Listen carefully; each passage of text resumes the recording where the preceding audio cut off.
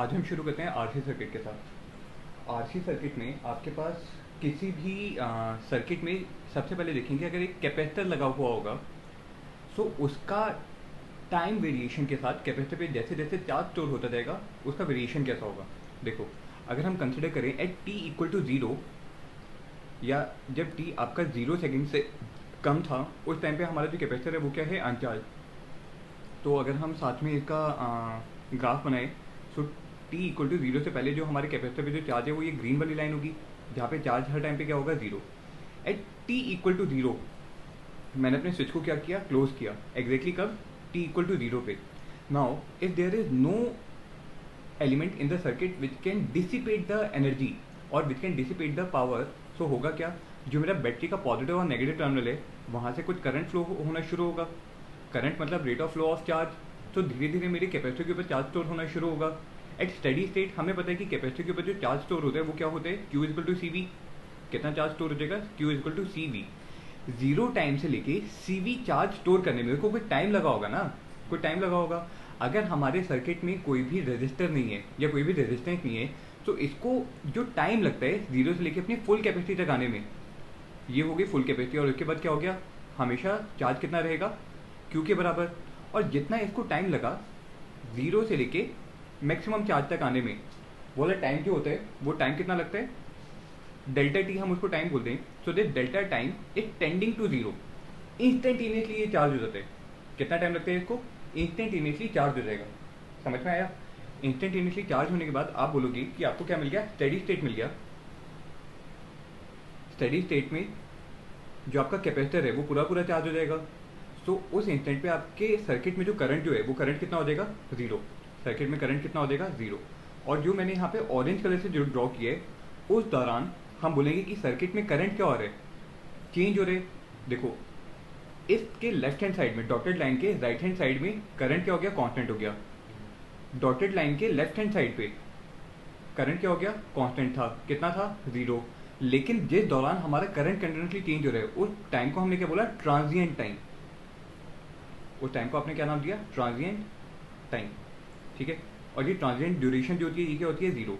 So initial Q equal to zero से final charge C V तक जाने में उसको जो टाइम जो लगा वो टाइम कितना लगा, डेल्टा टी, जहाँ पे डेल्टा की टी है टेंडिंग टू जीरो। अब अगर मेरे सर्किट में कोई एक रेजिस्टेंस अगर हो, सर्किट में कुछ रेजिस्टेंस है, इनिशियली जो मेरा कैपेसिटर है वो क्या है, सेकंड केस में देखो इनिशियली कैपेसिटर जो है इनिशियली क्या है, अनचार्ज। आपने टी इक्वल टू जीरो पे अपने स्विच को क्लोज किया, टी इक्वल टू जीरो पे सर्किट को क्लोज किया। तो टी इक्वल टू जीरो से पहले हमारे कैपेसिटर के ऊपर जो चार्ज है वो कितना है, जीरो। स्टेडी स्टेट में इसको पहुंचने में, स्टेडी स्टेट पे इसके पास चार्ज कितना आता, C V. Let's say for example this dotted line which is parallel to the time axis gives you the steady state value. ये steady state charge Q equal to C V के बराबर है। लेकिन जैसे ही आपने T equal to zero पे अपने circuit को क्लोज किया, सर्किट में कुछ करंट फ्लो होना शुरू होगा। अगर रजिस्टर लगाए तो वो करंट के फ्लो को क्या करेगा, रेजिस्ट करेगा। करंट के फ्लो को क्या करने वाले, रेजिस्ट करने वाले। सो करंट जीरो से मैक्सिमम वैल्यू पे इंस्टेंटेनियसली नहीं पहुंचेगा, उसको कुछ टाइम लगेगा पहुंचने में। कुछ टाइम लगने की वजह से कैपेसिटर को चार्ज होने में भी आपको टाइम लगेगा। कैपेसिटर को भी चार्ज होने में कुछ टाइम लगेगा ना। तो कैपेसिटर पे जो स्टेडी स्टेट चार्ज जो आएगा वो हमारा टाइम के ऊपर वेरी कर गया। सो उस केस में आपका चार्ज का वेरिएशन कर्व जो होता है it is something like this for the resistance R. समझ में आया। और अगर आपने अपने सर्किट का जो रेजिस्टेंस जो है उस रेजिस्टेंस को बढ़ा दिया, say for example R dash is greater than R, so उस केस में आपका जो सर्किट है उस कैपेसिटर को चार्ज होने में और भी ज़्यादा टाइम लगेगा, उसको चार्ज होने में और भी ज़्यादा टाइम लगेगा। And this blue colour curve is R dash.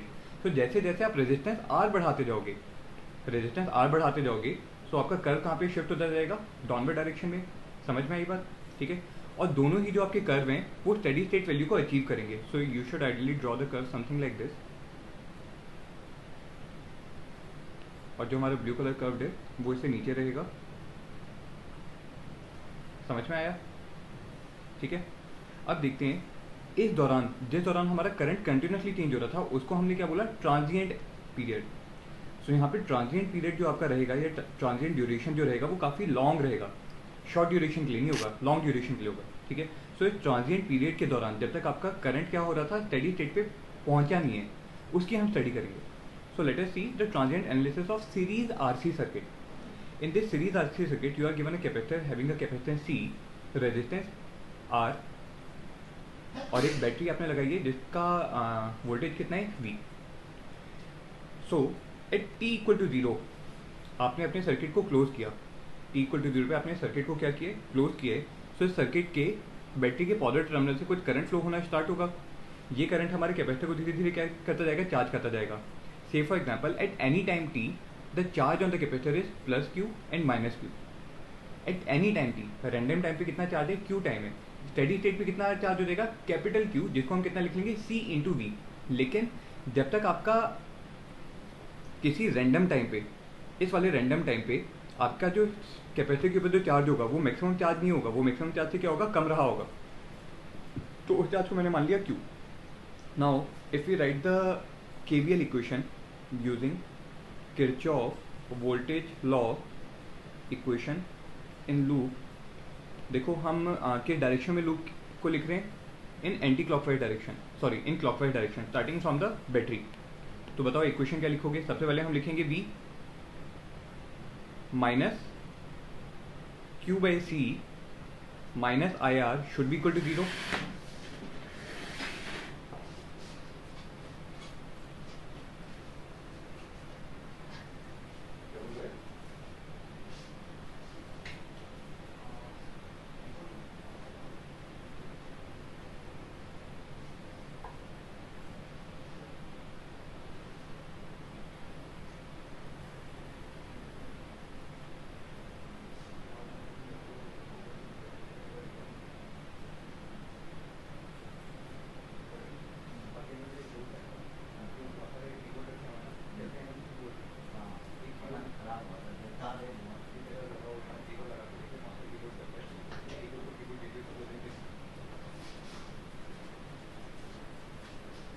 हाँ, सो यहाँ पे अगर हम अपने लूप में केवीएल इक्वेशन लिखेंगे तो केवीएल इक्वेशन क्या आएगी, v minus Q by C minus I R is equal to zero. ठीक है, और यहाँ पे जो करंट जो है आई, वो क्या होता है, D Q by D T. Current I को क्या लिख सकते हो, D Q by D T. Since यहाँ पे कैपेसिटर इनिशियली अनचार्ज था, कैपेसिटर पे इनिशियल चार्ज कितना था, क्यू इनिशियल वॉज जीरो, धीरे धीरे इस पे चार्ज बिल्डअप होता जा रहा है। सो ये केस कौन सा है, charging of capacitor. So current जो है उसकी वजह से D Q by D T क्या आएगा, बढ़ेगा, तो वो क्वांटिटी क्या आएगी, positive. D Q by D T quantity को हम क्या लिखेंगे, पॉजिटिव। यहाँ पे वेरिएबल्स को सेपरेट करो। So using this equation you may write that, क्या हम लिख लेंगे, D Q by C V minus Q, C V minus Q upon C is equal to I into R, और आई को क्या लिख लिया, D Q by D T into R. ठीक है, इसको और सेपरेट करेंगे, सिर्फ D Q upon C V minus Q is equal to one upon R C into D T, one upon R C into D T, ये equation बनेगी। इस equation को अब हम इंटीग्रेट करते हैं। देखो at time T equal to zero आपका इनिशियल चार्ज कितना था, zero. At any time T the charge on the capacitor was Q. अगर हम लेफ्ट हैंड साइड का इंटीग्रल लें तो इंटीग्रल कितना आएगा, natural log of C V minus Q upon minus one. Minus one क्यों, क्योंकि क्यू का कोफिशिएंट कितना है, नेगेटिव। और यहाँ पे आपकी इंटीग्रल लिमिट कहाँ से कहाँ तक जाएंगी, from zero to Q. Right hand side का अगर हम इंटीग्रल लेंगे तो that one upon R C तो आपका कांस्टेंट आ गया, और डी टी का इंटीग्रल कितना आएगा, T from zero to T. ठीक है, लिमिट्स पुट करेंगे। सो लिमिट्स पुट करके आपको क्या मिलेगा यहाँ पर, it will become L N C V upon C V minus Q is equal to T upon R C, T upon R C. Natural log को दूसरी तरफ लेके जाओ, so C V upon C V minus Q will become equal to E raise to power T upon R C. और यहाँ से अगर आप क्यू को लिखोगे, क्यू को अगर लिखोगे, सॉरी यहाँ पे एक नेगेटिव साइन आ जाएगा, ये नेगेटिव हो जाएगा, और आपके पास क्यू की वैल्यू कितनी आएगी, क्यू की वैल्यू कितनी आएगी, यहाँ से देखो C V is equal to C V minus Q into E power T by R C. T by R C हमारा दूसरी तरफ जाएगा, so E raise power minus T by R C हो जाएगा, तो C V minus Q is equal to C V into E raise power minus T by R C. और यहाँ से क्यू की वैल्यू कितनी आएगी, C V minus C V into E raise power minus T by R C. C V दोनों से common आ गया तो बचेगा क्या, 1 minus E power minus T by R C, ये आ जाएगा आपके पास चार्ज क्यू। समझ में आया? So this is the transient charge on the capacitor, this is the transient charge on the capacitor. यहाँ से अगर मैं लिखूँ at time t equal to 0, मतलब जस्ट जब आपने स्विच को क्लोज किया था तब आपके कैपेसिटर के ऊपर चार्ज कितना रहा होगा, t की वैल्यू को 0 पुट करो, सो ई रिच पावर 0 कितना आएगा 1, 1 माइनस 1 कितना हो जाएगा 0, so the initial charge on the capacitor is 0। और एट स्टेडी स्टेट में टाइम क्या हो गया, इन्फिनिटी, और वहाँ पे अगर हम चार्ज देखेंगे तो चार्ज कितना आएगा, E raise power minus infinity which will become equal to 0। So steady state पे चार्ज कितना आ जाएगा, C V which is the maximum possible charge which can be stored on the capacitor. बात समझ में आई?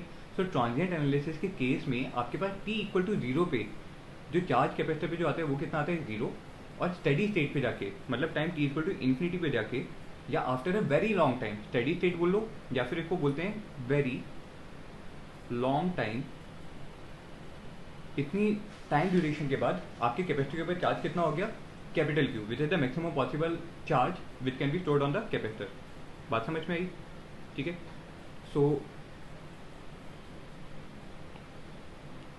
अगर हम यहाँ पे वो वाला टाइम निकालें जब आपके कैपेसिटर पे जो चार्ज जो है वो हो जाए 63.2%, मतलब at t equal to R C, time की वैल्यू को आर सी पुट करो, तो बताओ आपके पास चार्ज कितना आएगा, q equal to C V 1 minus E raise power minus R C upon R C, so वो कितना हो जाएगा C V 1 minus E raise power minus 1 which will become equal to C V 1 minus 1 upon ई।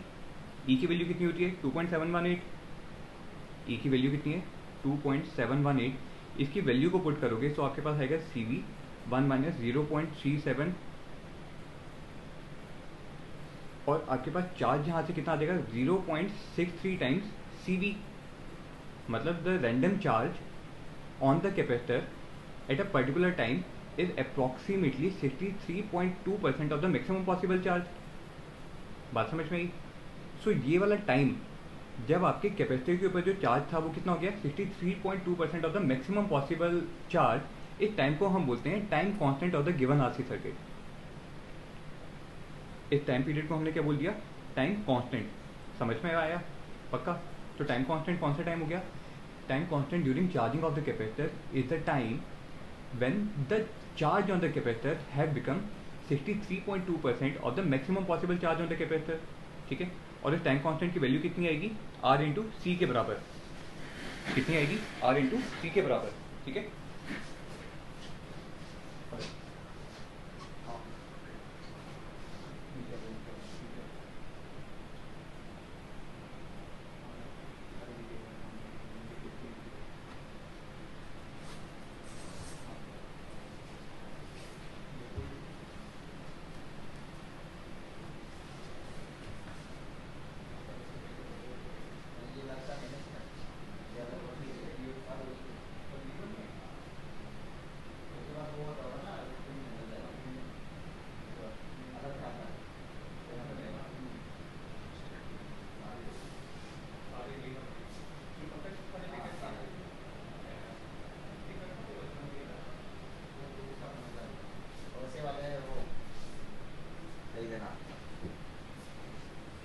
ये वाला ये वैसे वाले और देखा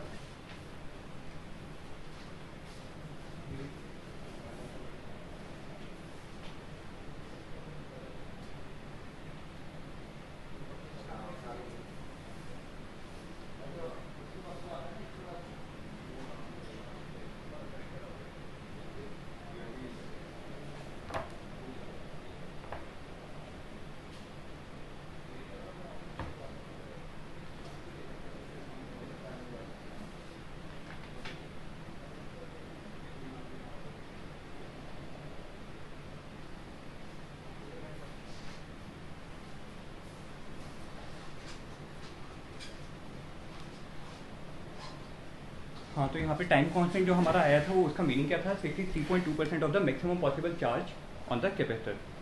अच्छा, साथ में अगर आप दूसरा एक टाइम पीरियड देखो जब आपके टाइम की वैल्यू 5 टाइम्स आर सी हो जाएगा, when the time is 5 times R C, so उस केस में आपका चार्ज कितना आएगा, C V 1 minus E to power minus 5 R C upon R C, जो कितना आएगा C V 1 minus E to power minus 5, so it will become C V 1 minus 1 upon E to power 5। और जब आप इसको solve करोगे so it will approximately become equal to 98%, और you में से 0.98 सी वी, कितना आएगा ये 0.98 times C V.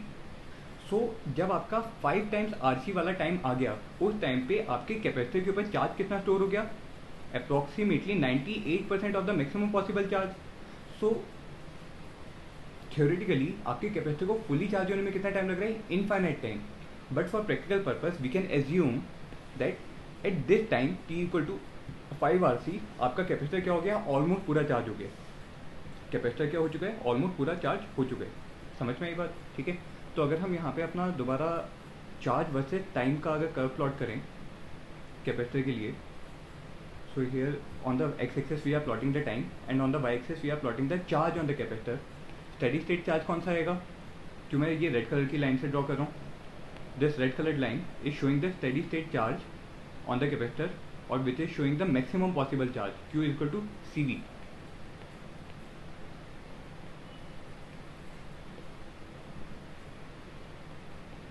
Q equal to C V वाला तो ये वाला हो गया steady state charge. Now for the given R C circuit आपका जो कर्व जो होगा steady state curve, it will be something like this, orange वाला। तो इसमें हमने दो अलग अलग टाइम पीरियड डिफाइन किए।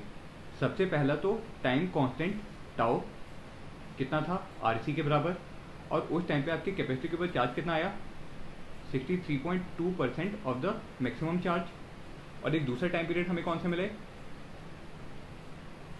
5 आर सी का, जब आपके कैपेसिटी के ऊपर चार्ज कितना हो गया, 98% of the maximum possible charge. और ये वाला टाइम कितना है, 5 times R C. R C को हमने टाउ लिखा, so this time can also be written as 5 times tau. जो आपका टाइम कांस्टेंट है उसको हम डिनोट किससे कर रहे हैं, टाउ से। टाइम कांस्टेंट को हमने डिनोट कैसे किया, टाउ से, ठीक है। So after on the right hand side of this blue dotted curve you may assume कि आपके सर्किट में क्या अचीव हो गए, स्टेडी स्टेट अचीव हो गए। स्टेडी स्टेट आपका यहाँ पे अचीव हो गया, और जितना हमारा स्टेडी स्टेट तक का जो वेरिएशन जो है उसको आपने क्या बोल दिया, अप्रॉक्सीमेटली ट्रांजिएंट ड्यूरेशन।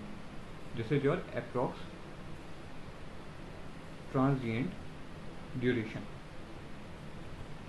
समझ में आई बात, ठीक है। आगे देखो, the charging current in the RC circuit. अभी हमने जो चार्ज जो देखा कैपेसिटर पे, जब कैपेसिटर चार्ज हो रहा था, सो वो चार्ज कितना आया, Q equal to C V 1 minus E raise to power minus T upon R C, यह आया था हमारा charge. Rate of flow of charge को आप क्या बोलते हो, current. Rate of flow of charge को क्या बोलते हो, करंट।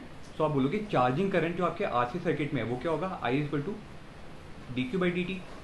इस एक्सप्रेशन को डिफ्रेंशिएट करो, सो आपके पास कितना आएगा, सी वी तो एज इट इज आया, 1 का डेरिवेटिव 0, ई की power minus T upon R C का डेरिवेटिव कितना आएगा, माइनस ई की power minus T upon R C divided by minus 1 upon R C, ठीक है। इसको अगर हम सॉल्व करेंगे सो you will gate,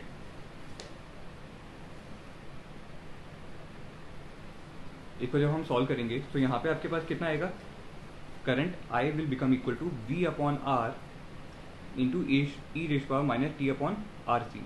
so this is the charging current which will flow into the circuit. सो जब आपने टी इक्वल टू 0 पे अपने सर्किट को क्लोज किया, सो धीरे धीरे जैसे जैसे आपका करंट बढ़ता जाएगा सर्किट में, सो उस करंट की इक्वेशन क्या होगी, I equal to V upon R E raise to power minus T upon R C. जहाँ पे वी अपॉन आर आपको टर्म क्या बता रहे हैं, this term will give you the steady state current in the circuit. This current V upon R is the steady state current in the circuit which is the maximum possible value. So I को हम लिख सकते हैं I naught e raise to power minus t upon RC. So this is a negative exponential curve. This is a negative exponential curve. So its curve will be drawn something like this on the current versus time graph where the maximum possible value I naught is equal to V upon R. समझ में आया, ठीक है। यहाँ पे देखो at t equal to 0, T equal to 0 पे अगर मैं देखूँ सो मेरे सर्किट में करंट कितना आएगा, I naught which is the maximum possible current. और जैसे जैसे मेरा टाइम स्टेडी स्टेट को पहुँचेगा इन्फाइनाइट, तो मेरा सर्किट में करंट कितना हो जाएगा, 0। सो जैसे ही आपने अपने सर्किट को क्लोज किया, सर्किट में से मैक्सिमम करंट फ्लो हो रहा होगा और कैपेसिटर क्या होगा, फुली अनचार्ज। धीरे धीरे जैसे जैसे टाइम बढ़ता जाएगा कैपेसिटर के ऊपर चार्ज स्टोर होता जाएगा और सर्किट में करंट क्या होता जाएगा, कम होता जाएगा। जब आपका कैपेसिटर फुली चार्ज हो गया, सो उस पर चार्ज कितना आ गया, CV, लेकिन उस इंस्टेंट पे सर्किट में करंट कितना हो गया, 0। सर्किट में करंट कितना हो गया, समझ में आई बात? ठीक है।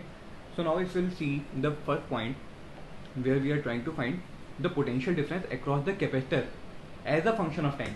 The potential difference across the capacitor as a function of time. So ये कितना आएगा बताओ? This can be written as Q/C, where Q is a function of time. Value put करो, so V will become equal to V into 1 minus e raised to power minus t upon RC। कुछ नहीं किया, यहाँ से जो आपके पास charge की जो इक्वेशन जो है ना, उस चार्ज की इक्वेशन को यहाँ पे पुट कर दो। ठीक है। सिमिलरली सेकंड पॉइंट देखो, potential difference across the resistor as a function of time. तो V कितना होता है, IR के बराबर होते हैं, V इक्वल टू IR। तो हमारे पास यहाँ पे I की जो इक्वेशन जो आई है, ये जो करंट की जो इक्वेशन जो आई है, या तो ये वाली इक्वेशन या ये वाली इक्वेशन, इन दोनों में से कोई भी इक्वेशन की में आई की वैल्यू को यहाँ पे पुट कर दो। तो आपके पास आई कितना आ जाएगा, वी कितना आ जाएगा, it will become V into E ratio power minus T upon RC। ठीक है, V/R है ना, यहाँ पे देखो V/R है, सो R से R कैंसिल आउट हो जाएगा। थर्ड पॉइंट देखो, energy stored in the capacitor as a function of time. कितनी एनर्जी स्टोर होती है, Q² या तो आप हाफ QV ले सकते हो, या फिर Q² ले सकते हो, या हाफ CV² लिख सकते हो। हाफ CV² लिखोगे तो वहाँ पे कैपेसिटेंस का C कांस्टेंट है और V का स्क्वायर कर लो। Q² करोगे तो वहाँ पे आपको चार्ज का ऑलरेडी फंक्शन पता है, अपॉन 2C। तो जब आप इसको सॉल्व करोगे it will come out to be half CV² 1 minus e raise to power minus t upon RC का होल स्क्वायर। कैपेसिटर के अक्रॉस जो पोटेंशियल ड्रॉप जो होगा वो अलग है। देखो अभी जो आपके पास सर्किट में पोटेंशियल डिफरेंस जो आपने लगाया था V, वो तो इन दोनों पॉइंट के बीच का है। This V value now will be distributed between the potential drop across the capacitor, जिसको आप क्या लिख लोगे, VC, और कुछ पोटेंशियल ड्रॉप आपका आएगा रेजिस्टर के अक्रॉस, जिसको आप लिख लोगे VR। बात समझ में आई? ठीक है। तो अगर आप देखोगे VC की वैल्यू कितनी आएगी, जितनी हमने यहाँ पे निकाली, VR की वैल्यू कितनी आएगी जो आपने यहाँ पे निकाली, और at any instant you may write that V equal to VC plus VR।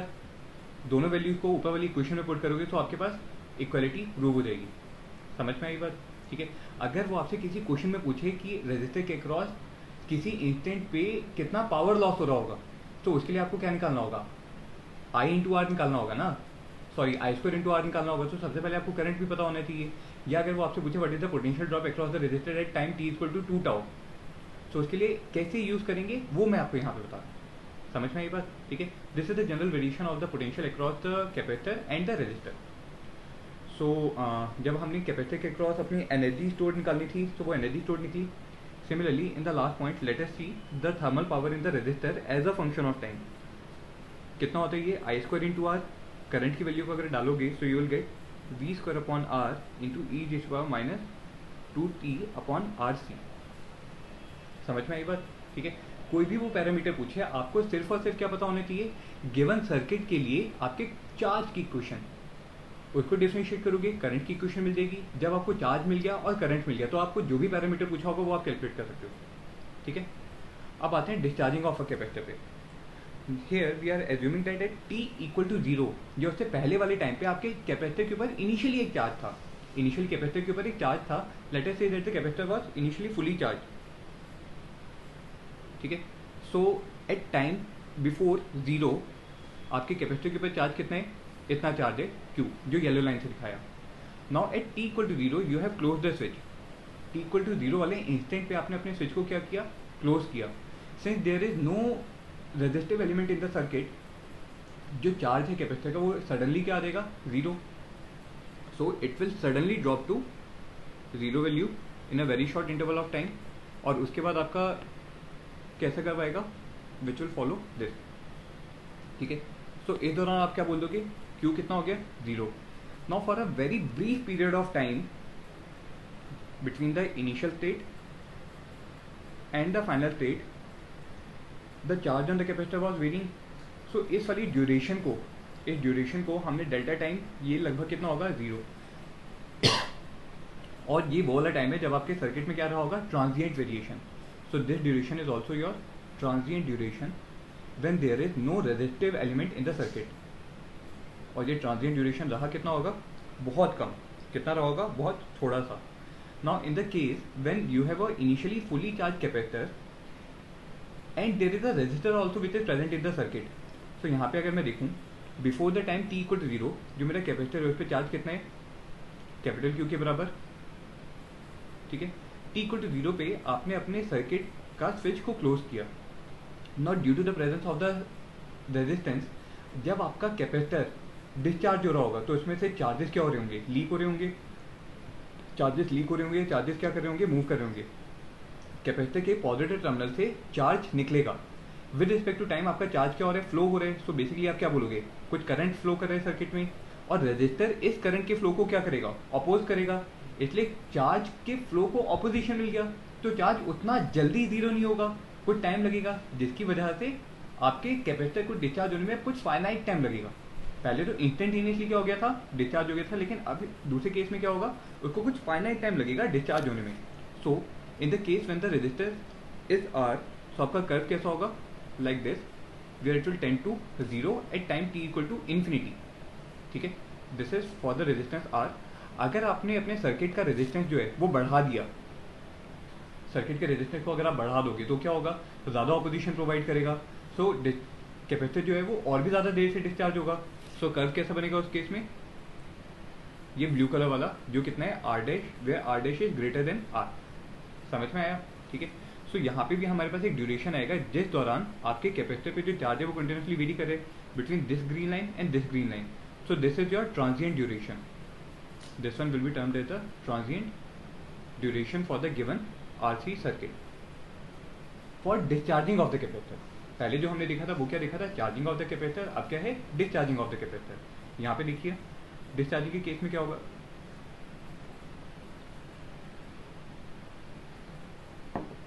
let us assume that initially the capacitor is charged to a fully charged state condition having a capital charge Q as shown in the diagram, and you have a resistance R attached in the circuit. At t equal to 0 you have closed the switch. कब, t equal to 0 पे, ठीक है।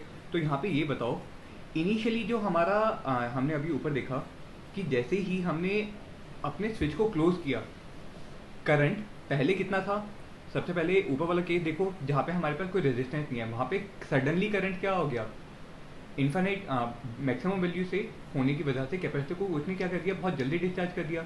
लेकिन जब आपने अपने circuit में कुछ रेजिस्टेंस R लगाया, उसकी वजह से क्या होगा, करंट धीरे धीरे क्या होता जाएगा, कम होता जाएगा। करंट है क्या, rate of flow of charge. अगर आपका कैपेसिटर डिस्चार्ज हो रहा है तो उसके पास चार्जेस जो बचेंगे वो क्या होते जाएंगे, विद रिस्पेक्ट टू टाइम कम होते जाएंगे। तो current with respect to time क्या होता जाएगा, कम होता जाएगा। तो यहाँ पे करंट की इक्वेशन को हम क्या लिखेंगे, माइनस dq/dt।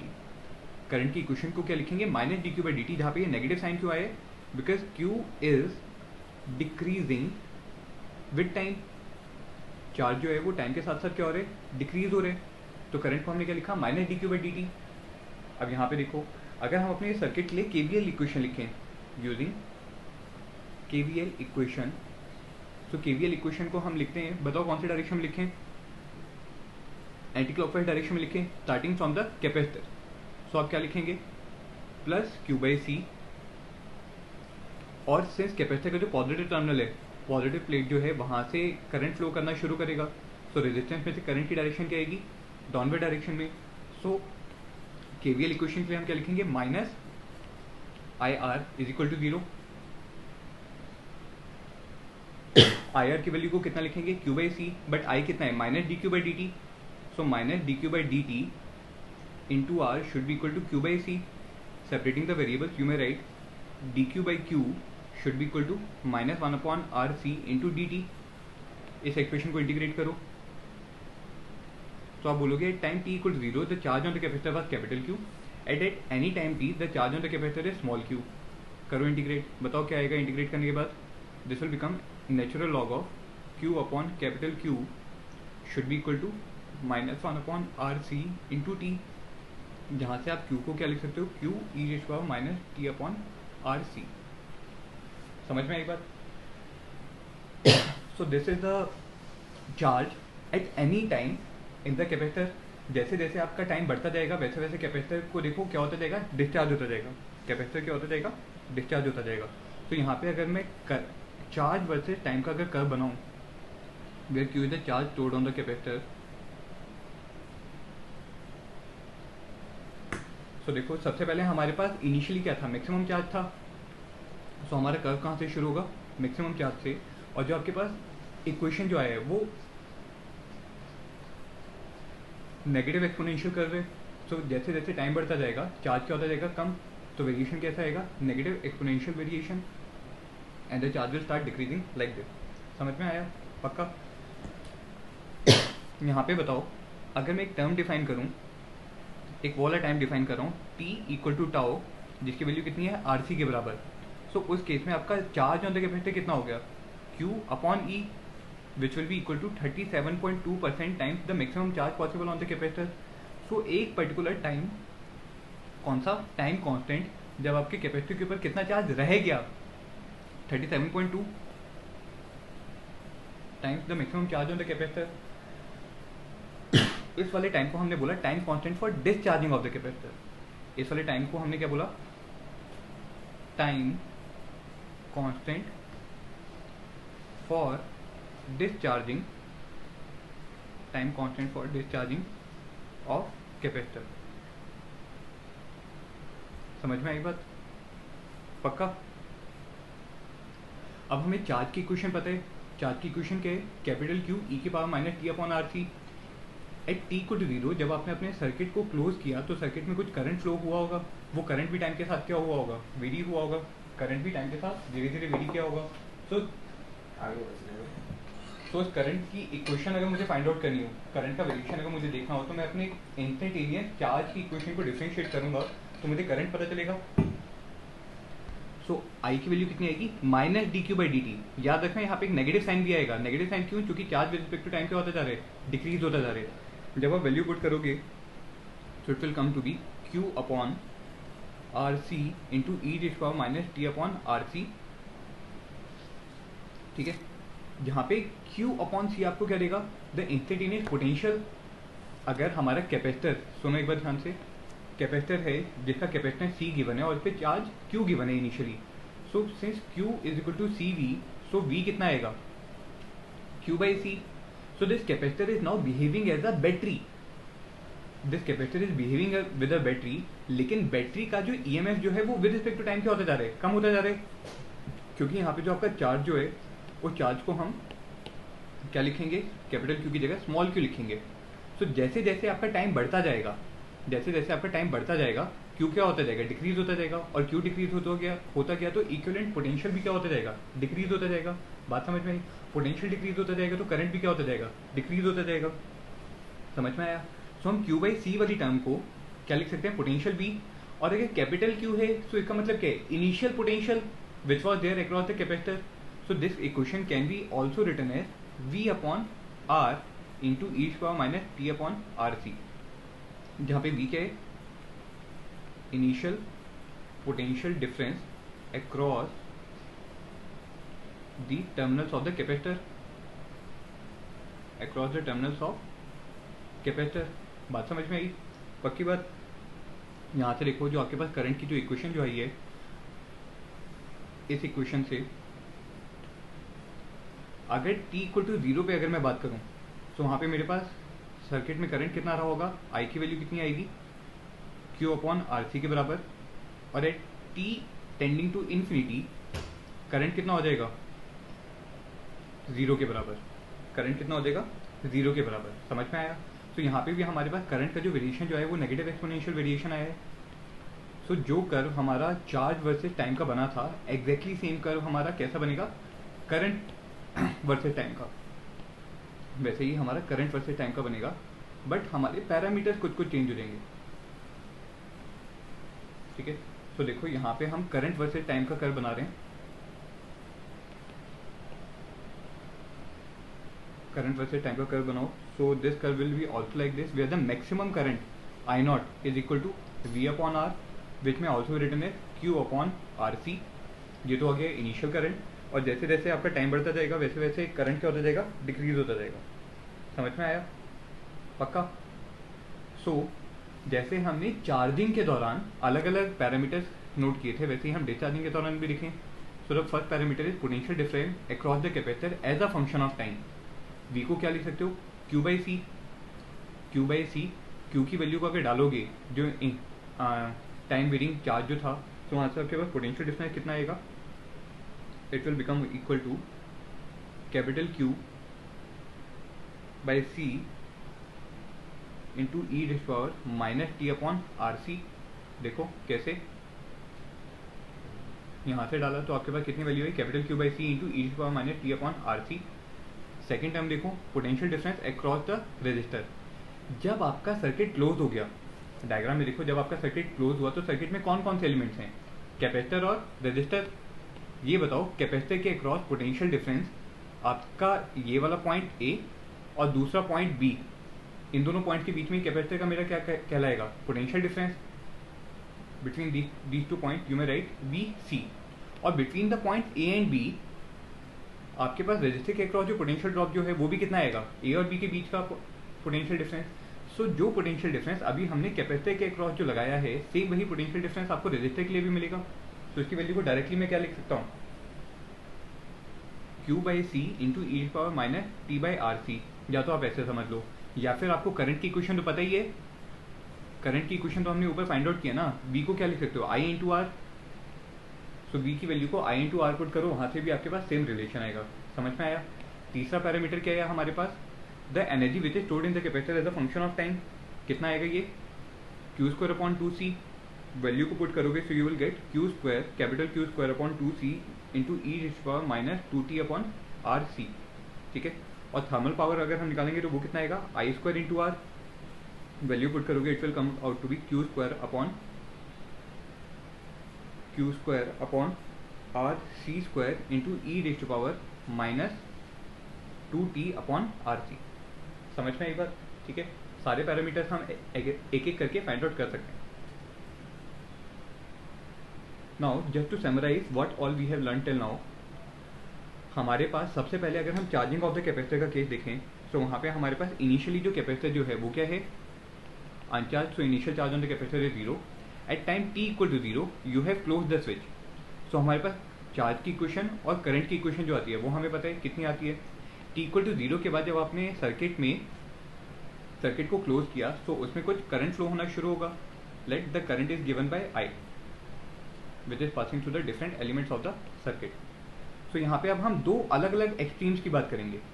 एक तो वो वाला पॉइंट जब हमारा सर्किट को जस्ट क्लोज किया है, मतलब time T is zero plus. Zero plus का मतलब क्या है, just after closing the switch. Just after closing the switch. तो मुझे ये बताओ सर्किट में करंट कितना होगा, आई की वैल्यू कितनी आएगी बताओ। जो हमारा करंट का एक्सप्रेशन है वहां पे टाइम की वैल्यू को जीरो पुट करो। So at T equal to zero you will get I is equal to V by R. I कितना आ गया, वी बाई आर। सो एक तरीके से जो मेरा सर्किट में कैपेसिटर जो है उसको अगर मैं हटा भी दूं, सर्किट में अगर मैं कैपेसिटर को हटा दूं तो मेरे को क्या मिलेगा, सर्किट में करंट वी बाई आर के बराबर मिलेगा। मतलब at T equal to zero the capacitor will be short circuited. Capacitor क्या हो जाएगा, शॉर्ट सर्किट हो जाएगा। और जहाँ पे आपने अपने सर्किट में दो एंड्स पे जहाँ पे आपने कैपेसिटर लगाया है उसको आप एक सॉलिड लाइन से कनेक्ट कर सकते हो, विच शोज कि आपका कैपेसिटर क्या हो गया, शॉर्ट सर्किट हो गया। ठीक है, so this is short circuit. कब, just after closing the switch. Just after closing the switch. दूसरा एक्सट्रीम हमारे पास आता है at steady state. Steady state का मतलब क्या है, t equal to infinity. So यहाँ पे अगर हम टाइम की वैल्यू को इन्फिनिटी अगर पुट करेंगे तो करंट आई की वैल्यू कितनी आएगी, जीरो। टी को इन्फिनिटी पुट करोगे तो टाइम की करंट की वैल्यू कितनी आएगी, जीरो। मतलब स्टेडी स्टेट पे आपका करंट क्या हो गया, जीरो। सो एक तरीके से आपके कैपेसिटर ने सर्किट को क्या कर दिया, ब्रेक कर दिया, तभी तो उसमें करंट जीरो हो गया। ठीक है, सो अगर कहीं पे अगर आपको कैपेसिटर दिया हुआ है और आपको बात की जाए टी इक्वल टू इन्फिनिटी पे आपका सर्किट का वेरिएशन कैसा होगा, तो वहां पे आप टर्मिनल्स के दोनों एंड को क्या कर दोगे, ओपन कर दोगे। सो आप बोलोगे at steady state, in this case at steady state capacitor will behave like open circuit. Capacitor कैसे बिहेव करेगा? As open circuit. और time t equal to 0 plus में just after closing the switch it will behave like a short circuit, और आप capacitor को remove करके एक solid conductor वहां पे लगा सकते हो। समझ में आई बात? पक्का? ये तो था चार्जिंग के लिए। Similarly for discharging of the capacitor at t equal to 0 आपने अपने सर्किट को क्या किया? क्लोज किया। इनिशियली कैपेसिटर फुली चार्ज है, so with respect to time आपको करंट की इक्वेशन और चार्ज की इक्वेशन पता है। यहाँ पे भी हमारे पास दो केसेस आएंगे। पहला केस जब टाइम क्या होगा? 0 प्लस, मतलब just after closing the switch. Current की वैल्यू बताओ, just after closing the switch कितनी आएगी? So I will become equal to V by R. I की वैल्यू कितनी आई? V by R. It means कि आपका जो कैपेसिटर है उसने एक बैटरी की तरह बिहेव किया, और उस बैटरी का पोटेंशियल कितना था? V, और उस V की वैल्यू कितनी है? Capital Q by C. V की वैल्यू कितनी है? Capital Q by C, where capital Q is the initial charge on the capacitor. Capital Q क्या है? Initial charge on capacitor. So capacitor एक तरीके से कैसे बिहेव कर रहे हैं? एक बैटरी की तरह, या फिर आप बोल सकते हो कि वहां पे आप एक बैटरी की तरह उसको बिहेव करवाओ, और उसका पोटेंशियल V कितना लिख सकते हो? Q बाई सी के बराबर। कैपेसिटर का पॉजिटिव टर्मिनल जिस तरफ था उसी तरफ आपके बैटरी का पॉजिटिव टर्मिनल आएगा। कैपेसिटर का जिस तरफ नेगेटिव टर्मिनल था उसी तरफ आपका बैटरी का नेगेटिव टर्मिनल आएगा। समझ में आया? अच्छा, अब साथ में मुझे ये बताओ, t इक्वल टू इन्फिनिटी वाले टाइम पे आपके सर्किट में करंट कितना हो जाएगा? 0। मतलब इस केस में भी आपके पास सेम वही वेरिएशन आया जैसा आपके पास चार्जिंग के दौरान था। क्या? कि कैपेसिटर जो है वो as a open circuit behave करेगा at steady state. Open circuit कब? At steady state. समझ में आई बात? ठीक है। सो अब तक हमने 4 इंपॉर्टेंट चीज़ें देखी। चार्जिंग के दौरान करंट का वेरिएशन और चार्ज का वेरिएशन, डिस्चार्जिंग के दौरान करंट का वेरिएशन और चार्ज का वेरिएशन, फिर स्टेडी स्टेट पे हमारा सर्किट कैसे बिहेव करते हैं, और just after closing the switch हमारा सर्किट कैसे बिहेव करते हैं। कुछ न्यूमेरिकल्स देखो। In the first numerical you have to find the time constant for the given circuit during charging of the capacitor. साथ में लिख लो, ड्यूरिंग चार्जिंग ऑफ कैपेसिटर। ठीक है। अगर आपको टाइम कांस्टेंट निकालना है, सो टाइम कांस्टेंट को हम डिनोट कैसे करते हैं? टाउ से, जो होता है कितना है? R इंटू सी। इस केस में अगर मैं इक्विवेलेंट रेजिस्टेंस अगर अपने सर्किट का निकाल लूँ तो मुझे टाइम कांस्टेंट की डायरेक्टली वैल्यू मिल जाएगी। सो जब भी आपसे टाइम कांस्टेंट पूछा होगा तो गिवन सर्किट का आप क्या निकालोगे? Equivalent resistance. To find out the equivalent resistance what we will do, हमें कैपेसिटर के दोनों एंड को क्या कर देना है? ओपन कर देना है, और सर्किट के स्विच को हम क्या कर देंगे? क्लोज कर देंगे। तो देखो यहाँ पे हम क्या करेंगे, सर्किट को तो मैंने क्या कर दिया? क्लोज कर दिया। स्विच क्लोज हो गया, और कैपेसिटर को मैं अपने सर्किट से रिमूव कर दूंगा। सो मुझे दो एंड्स मिलेंगे। एक टर्मिनल मिलेगा टर्मिनल ए, और दूसरा टर्मिनल क्या मिला? बी। दूसरा टर्मिनल क्या मिला है मुझे? B. Now across the terminals A and B you have to find the equivalent resistance of the circuit. ठीक है। इक्विवेलेंट रेजिस्टेंस कैसे फाइंड आउट करेंगे? Using the Thevenin's theorem. Thevenin's theorem क्या बोलती है? अगर आपको इक्विवेलेंट रेजिस्टेंस अगर अपने सर्किट का कैलकुलेट करना है, तो उसके लिए आप क्या करो? जितनी भी आपकी बैटरीज हैं उनको शॉर्ट सर्किट कर दो। जो बैटरीज हैं उनको क्या कर दो? शॉर्ट सर्किट कर दो। तो एक एक करके हम सारी बैटरी भी हटा देते हैं अपने सर्किट से, और उनको क्या कर देंगे? Short circuit. मतलब उनको हम एक सॉलिड वायर से कनेक्ट कर देंगे। डन। अब जो मेरे को एक सर्किट जो मिल गया, इस सर्किट में आप क्लियरली देख सकते हो कि हमारे पास एक रेजिस्टेंस और दूसरा रेजिस्टेंस दोनों किस में? सीरीज में है। इन दोनों का कॉम्बिनेशन इस वाले रेजिस्टेंस के साथ किस में आ गया? पैरेलल में आ गया। और फिर उस पूरे सर्किट का फर्दर जो मेरा कॉम्बिनेशन जो है वो इस वाले रेजिस्टेंस के साथ किस में आ जाएगा? सीरीज में आ जाएगा। So the R equivalent of the circuit can be written as 2R in parallel with R। ये कॉम्बिनेशन जो आया ये सीरीज में किसके साथ आया? R के साथ। जहाँ पे 2R किसके लिए लिखा है मैंने? ये और मिला के ये वाला। समझ में आई बात? सो आर इक्विवेलेंट जब आप कैलकुलेट करोगे it will come out to be 2R into R upon 2R plus R, और सीरीज में होने की वजह से प्लस R और कर दिया। डन। सो आर इक्विवेलेंट यहाँ पे कितना आएगा? 5R/3। It will become equal to 5R/3। So आप टाइम कांस्टेंट टाउ की वैल्यू को क्या लिख लोगे? 5R/3 into C, this will be the answer to this problem. ठीक है, सर्किट का इक्विवेलेंट रेजिस्टेंस निकालने के लिए बहुत सारे मेथड हो सकते हैं, ज़रूरी नहीं है कि आप इसी मेथड को यूज़ करो। सिर्फ और सिर्फ हमें करना क्या होगा कि कैपेसिटर के दोनों एंड्स को खोल देना है, उन दोनों एंड्स को हम मान लेंगे एंड्स ए और बी। एंड्स ए और बी के अक्रॉस जो आपका इक्विवेलेंट रेजिस्टेंस जो बन रहा होगा आपको वो कैलकुलेट करना होगा। ठीक है, now it is up to you by which method you want to calculate the equivalent resistance. Either you can use the Kirchhoff current law equation, वहाँ से आप पूरे सर्किट में अलग अलग पॉइंट्स का करंट निकालो और वहाँ से आपको टोटल करंट पता चल जाएगा, टोटल ईएमएफ आपको पता होगा, तो वहाँ से इक्विवेलेंट रेजिस्टेंस निकल जाएगा। केवीएल इक्वेशन यूज करो, कोई भी मेथड यूज करो। ठीक है, अगला क्वेश्चन देखो। Here you have to find the charge on the capacitor as a function of time given at t equal to 0 the switch is close. t equal to 0 पे आपने अपने स्विच को क्या किया है, क्लोज किया है। ठीक है, तो सबसे पहले अगर हम देखें, आपके पास यहाँ पे पूरे सर्किट में सिर्फ और सिर्फ एक कैपेसिटर लगा हुआ है। t इक्वल टू 0 पे आपने अपने स्विच को क्या किया, क्लोज किया। सो सबसे पहले हम क्या निकाल लें, यहाँ पे स्टेडी स्टेट करंट अगर निकाल लें, स्टेडी स्टेट में आपका कैपेसिटर जो है वो क्या हो गया होगा, उसने सर्किट को क्या कर दिया होगा, ओपन कर दिया होगा। तो आपको वो सारे ब्रांचेस को नेग्लेक्ट कर देना है जहाँ पे कैपेसिटर लगा हुआ है। क्यों? क्योंकि उस कैपेसिटर ने क्या किया, सर्किट को ओपन कर दिया। So if I will redraw this diagram, ये डायग्राम में किस लिए शो कर रहा हूं, एट स्टेडी स्टेट। सो मैं लिख लूंगा एट स्टेडी स्टेट, ये दोनों टर्मिनल्स क्या हो जाएंगे, ओपन हो जाएंगे कैपेसिटर के, जिसकी वजह से अगर आप देखो सो आपका ये वाला पूरा पूरा ब्रांच सर्किट से हट गया, क्योंकि ये तो ओपन हो गया। अब देखो आपने स्विच तो क्लोज किया हुआ है, सो बैटरी की वजह से जो करंट जो है वो सिर्फ ब्लू वाले कर्व पे मूव करेगा, वो सिर्फ इसी लूप में मूव करेगा। समझ में आया? सो इस लूप में अगर आप केवीएल इक्वेशन लगाओ और मान लेते करंट कितना है, आई करंट है, करंट कितना है आई, और आपको बैटरी का पोटेंशियल कितना दिया हुआ है, 18 वोल्ट। सो तीन रेजिस्टर्स आपके तीनों किस में आ गए, सीरीज में आ गए, 5 ओम, 3 ओम और 1 ओम किस में आ गए, सीरीज में आ गए। सो इक्विवेलेंट रेजिस्टेंस कितना आया, जिसमें से करंट पास कर रहे हैं 9 ओम्स और वोल्टेज कितना है, 18 वोल्ट। सो करंट आई कितना आएगा, 18/5 प्लस 3 प्लस 1 कितना आ गया, 2 एम्प्स। तो मुझे स्टेडी स्टेट करंट आई की वैल्यू मिल गई, स्टेडी स्टेट करंट आई की वैल्यू मिल गई। Let us say that this I is represented by capital I, जो क्या बता रहे, स्टेडी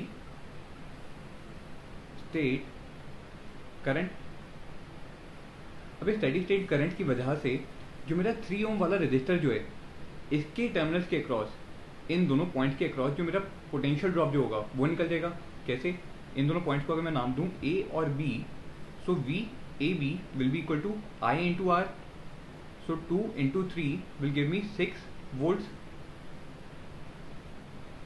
6 वोल्ट। ठीक है, सो यहाँ पे ए और बी के बीच में आपको पोटेंशियल ड्रॉप कितना मिल गया, 6 वोल्ट। तो स्टेडी स्टेट में जो आपका कैपेसिटर है उसके अक्रॉस कितना चार्ज, उसके अक्रॉस कितना पोटेंशियल आ गया, 6 volt. Because at steady state जो आपके कैपेसिटर के जो टर्मिनल्स जो हैं, कौन से, एक्स और वाई, जो हमारे पास आगे वाला लूप है उस लूप में कोई करंट तो गया नहीं। जो मेरा ये रेड वाला जो लूप है इसमें करंट की वैल्यू कितनी है, 0। So there will be no potential drop across the 3 ohm resistor. इसके अक्रॉस कोई भी पोटेंशियल ड्रॉप अगर नहीं हुआ, तो कैपेसिटर के जो टर्मिनल्स हैं एक्स और वाई, उसके अक्रॉस पोटेंशियल ड्रॉप कितना होगा, वही जो हमारे ए और बी पॉइंट के बीच का होगा, हाँ या ना। सो स्टेडी स्टेट पे आपको ये भी पता चल गया कि आपके कैपेसिटर के टर्मिनल्स के अक्रॉस कितना पोटेंशियल ड्रॉप है। डन। अब हमें क्या निकालना है, the charge on the capacitor. Q की वैल्यू को आप क्या लिख सकते हो, सी इंटू वी, जो आपके पास steady state charge, transient charge Q जो होते हैं वो कितना होते हैं, C into V 1 minus E raise power minus T upon R C, where C is the capacitance. आपको कैपेसिटर का कैपेसिटेंस पता है, वी क्या है, potential difference across the capacitor, वो भी आपको पता है कितना है, वो वी ए बी के बराबर। समझ में आया, वी ए बी के बराबर है। अब आपको क्या निकालना होगा, आर की वैल्यू, जहाँ पे आर क्या लेंगे, equivalent resistance of the circuit, equivalent resistance of the circuit. और वो इक्विवेलेंट रेजिस्टेंस आप कैसे कैलकुलेट करोगे, by using the Thevenin theorem, जैसे अभी हमने ऊपर किया था। उस केस में हम क्या करेंगे, जितनी भी हमारी बैटरीज है उनको शॉर्ट सर्किट कर देंगे, जितनी भी बैटरीज है उनको हमने क्या कर देना है, शॉर्ट सर्किट कर देना है। तो देखो हम क्या करेंगे उसके लिए, ये जो मेरे पास अपना सर्किट था, इस सर्किट में मैंने क्या किया, बैटरी को शॉर्ट सर्किट कर देना है और कैपेसिटर के मैं टर्मिनल्स को हटा दूंगा। सो आपने क्या किया, बैटरी के टर्मिनल्स को हटा दिया, कैपेसिटर को हटा दिया। कैपेसिटर के दोनों एंड को तो हमने नाम क्या दिया था, एक्स और Y. So this will be X and this point will be Y. और मैंने अपनी बैटरी को जो हटाया है, बैटरी को हटा के वहाँ पे एक सॉलिड वायर एज्यूम कर लेंगे, कंडक्टिंग वायर एज्यूम कर लेंगे। डन। और आपका स्विच भी क्लोज है, तो स्विच को भी हम क्लोज कर देते हैं और इसको एक सॉलिड लाइन से दिखा देते हैं, जो ऑरेंज कलर। ठीक है, अब देखो जो आपका 5 ओम का रेजिस्टेंस है और 1 ओम वाला, ये दोनों केस में आ गए सीरीज में। इक्विवेलेंट कितना हो गया, 6 ओम। वो 6 ओम इस 3 ओम के साथ किस में आ जाएगा, पैरेलल में। इक्विवेलेंट कितना आएगा, 2 ओम्स। और 2 ओम्स और 3 ओम्स आपस में किस में आ गए, सीरीज में। सो टोटल एक्स और वाई पॉइंट के अक्रॉस रेजिस्टेंस कितना बना, 5 ओम्स का। कितना बना, 5 ओम्स का। सो यहाँ पे मैं आर इक्विवेलेंट को कैसे लिख सकता हूँ, 5 और 1 किस में आई, सीरीज में आई। सो 5 इन सीरीज विद 1, इसका कॉम्बिनेशन 3 के साथ पैरेलल में आया और ओवरऑल दोबारा सीरीज में आया किसके साथ, 3 ओम के साथ। सो टोटल कितना हो जाएगा, 5 + 1। और जैसे स्टेप वाइज जब आप कैलकुलेट करते जाओगे तो आपको आर इक्विवेलेंट कितना मिलेगा, 5 ओम। आर इक्विवेलेंट कितना मिला, 5 ओम। इस इक्विवेलेंट आर की वैल्यू को चार्ज की इक्वेशन में पुट कर दो। तो बताओ क्या लिखोगे, Q = C × V। कैपेसिटेंस कितना दिया है, 4 माइक्रोफैरेड। पोटेंशियल ड्रॉप कितना है, 6 वोल्ट्स का। एक्स और वाई पॉइंट के बीच में वही पोटेंशियल ड्रॉप है ना जो ए और बी के बीच का है, वो कितना आया था, 6 volt multiplied by 1 - e⁻t/r। R की वैल्यू कितनी आई, 5 और कैपेसिटेंस कितना है, 4। सॉल्व करोगे तो कितना लिखोगे, 24 × 1 - e⁻t/20। समझ में आई बात।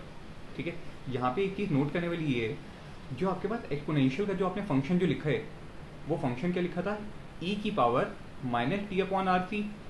Since t/RC is a mathematical, e की पावर जो भी है वो तो एक मैथमेटिकल क्वांटिटी आएगी, लेकिन आपके पास e की जो भी पावर है वो फिजिक्स की क्वांटिटीज में टाइम, रेजिस्टेंस और कैपेसिटर।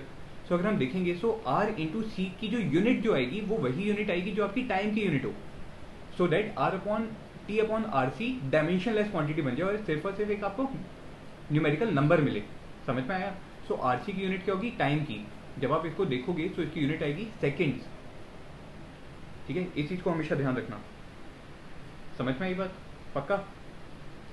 सो बेसिकली अब मैंने अपने सर्किट को कैसे रिमूव कर लिया। जो मेरा सर्किट है ना ये बड़ा सा, इस सर्किट को आप ड्रॉ करके एक इक्विवेलेंट सर्किट बना सकते हो, जहाँ पे मेरे पास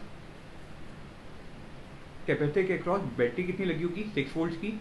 एक रेजिस्टेंस कितना लगा होगा, 5 ओम का। और कैपेसिटर मेरे पास कितना है, 4 माइक्रोफैरेड का। सो this is a 4 microfarad capacitor which is connected with a 6 ohm resistance and the potential of the battery is 6 volt.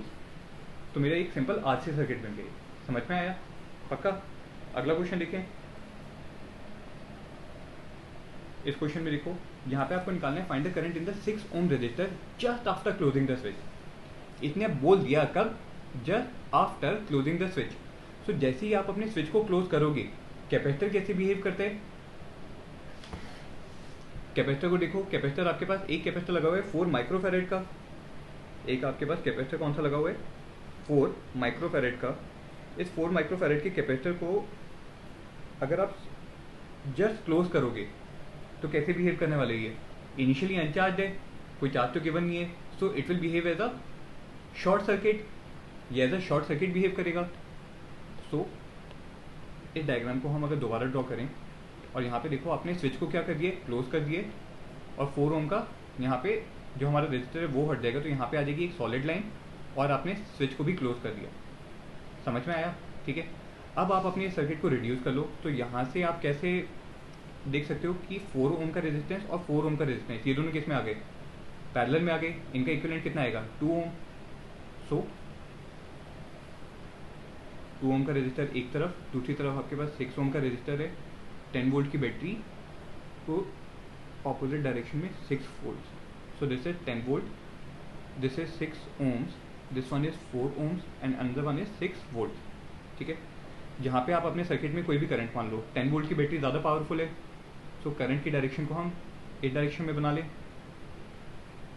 और जो मैं अपना KVL इक्वेशन जो लिखूंगा वो एंटी क्लॉकवाइज डायरेक्शन में लिख रहा हूँ, स्टार्टिंग फ्रॉम ABCD। तो आप क्या लिखोगे, using KVL in loop ABCDA। बताओ क्या लिखोगे, 10 - 6i + 6 - 4i = 0। तो टोटल ये कितना हो गया, I = 16/10 मतलब 1.6 एम्प्स। ठीक है, तो just after closing the switch आपके 6 ओम वाले रेजिस्टर में से करंट कितना पास हुआ, sorry this is not 4, this is 2।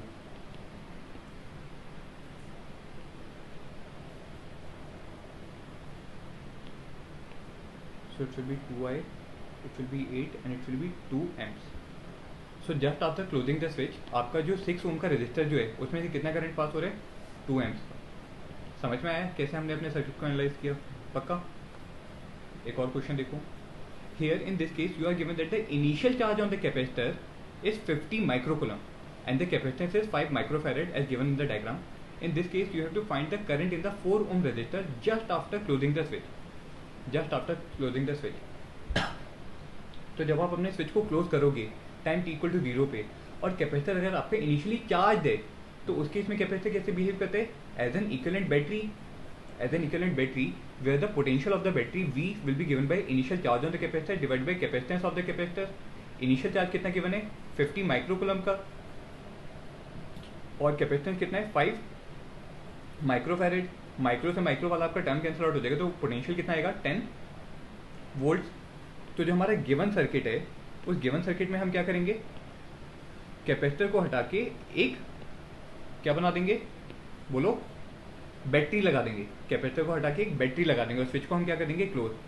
तो ऐसे करते हैं, स्विच को क्लोज कर देते हैं और यहाँ पे हम बैटरी लगा देंगे, और बैटरी का टर्मिनल वही रहेगा जैसे हमारे कैपेसिटर की टर्मिनल्स हैं। कैपेसिटर का देखोगे तो पॉजिटिव टर्मिनल ऊपर की तरफ है, सो बैटरी का हायर टर्म ऊपर की तरफ आएगा और लोअर पोटेंशियल नीचे की तरफ आएगा। ठीक है, और ये बैटरी कितने वोल्ट की लगा दोगे आप, 10 वोल्ट की, और स्विच को आपने क्या कर दिया, क्लोज कर दिया, डन। अब हम इस सर्किट को कैसे सॉल्व कर लेंगे, कैसे सॉल्व करोगे, यहाँ पे अगेन 2 मेथड, या तो KCL या KVL। KVL मेथड जो आप जनरली यूज करते हो, उसमें हम मान लेते हैं जो हमारा लेफ्ट हैंड साइड वाला जो लूप है उसमें करंट जा रहा है I1। तो ये ऑरेंज कलर वाला जो करंट है ये कितना है, I1। और जो मेरा राइट हैंड साइड वाला जो लूप है जिसमें 20 वोल्ट की बैटरी लगी हुई है, उसकी वजह से सर्किट में जो करंट है वो I2 है।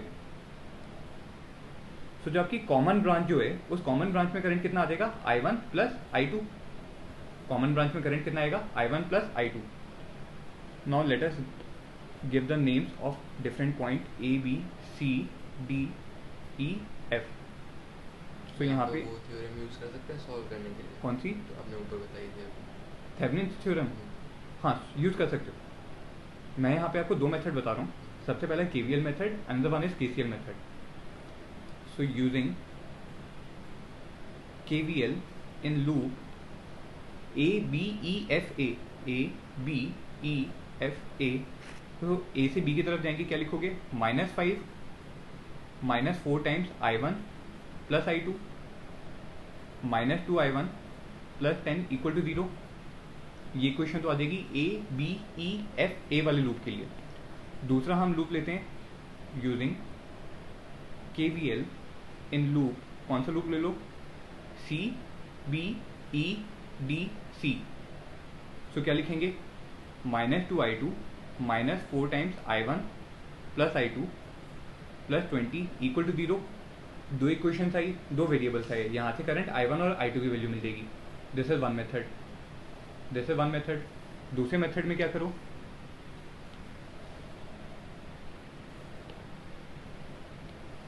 In the second method I am using KVL method, KCL, Kirchhoff current law method. जिस केस में हम क्या करेंगे, यहाँ पे हमने बैटरी को हटा दिया, स्विच को क्लोज कर देने का है, हाँ। तो हमने बैटरी को हटा के 10 वोल्ट की यहाँ पे एक बैटरी लगाई, और सर्किट को हमने क्या कर दिया, क्लोज कर दिया। So using the method of KCL, using KCL, याद करो वहाँ पे हमने क्या किया था कि किसी भी एक जंक्शन को हम 0 पोटेंशियल पे मान लेते हैं, और बाकी एक को हम क्या मान लेंगे x पे, और x के लिए हम अपनी इक्वेशन को क्या करेंगे, सॉल्व करेंगे. So let us say that this terminal is x. सो ये वाला पॉइंट कितना हो जाएगा 5 + x. पोटेंशियल यहाँ पे 5 + x का आ जाएगा. इस वाले पॉइंट पे कितना आ जाएगा 5 + x -10. So this will B x - 5. This point will become x - 5. 20 volt वाली बैटरी का लेफ्ट हैंड साइड टर्मिनल पे 0 volt.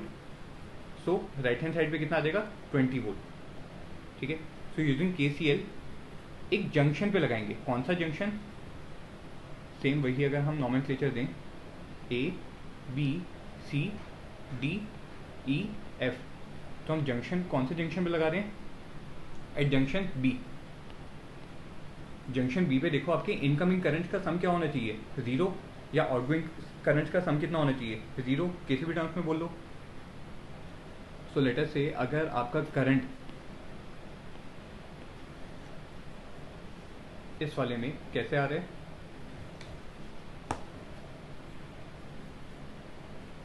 Incoming, incoming and incoming, इन तीनों इनकमिंग का सम कितना होना चाहिए 0 के बराबर. करंट अगर आपका A से B की तरफ आ रहे हैं, तो यहाँ पे A वाला टर्मिनल क्या हो गया हायर पोटेंशियल पे, और B कौन सा हो गया लोअर पोटेंशियल पे. C से B की तरफ आ रहे हैं, एंड सिमिलरली E से B की तरफ आ रहे हैं. सो हम क्या लिख लेंगे, मान लो इन तीनों को मैं वैल्यू देता हूँ I1, I2 और I3. So you will write I1 + I2 + I3 = 0. Kirchhoff current law यही बोलता है ना कि किसी भी जंक्शन पे net incoming current should be equal to net outgoing current. अगर आउटगोइंग मैंने कोई एज्यूम ही नहीं किया, तो नेट इनकमिंग करंट का सम कितना हो जाएगा 0. I1 की वैल्यू बताओ, delta V AB upon RAB. This is the value of I1. I2 की वैल्यू कितनी आएगी, delta V BC upon RBC. और I3 की वैल्यू कितनी आएगी, delta V between the point E and B divided by resistance between the points E and B. Delta V between A point and B point क्या होगा VA minus VB. और resistance कितना दिया हुआ है, AB के बीच का रेजिस्टेंस कितना मानोगे आप, कुछ भी नहीं.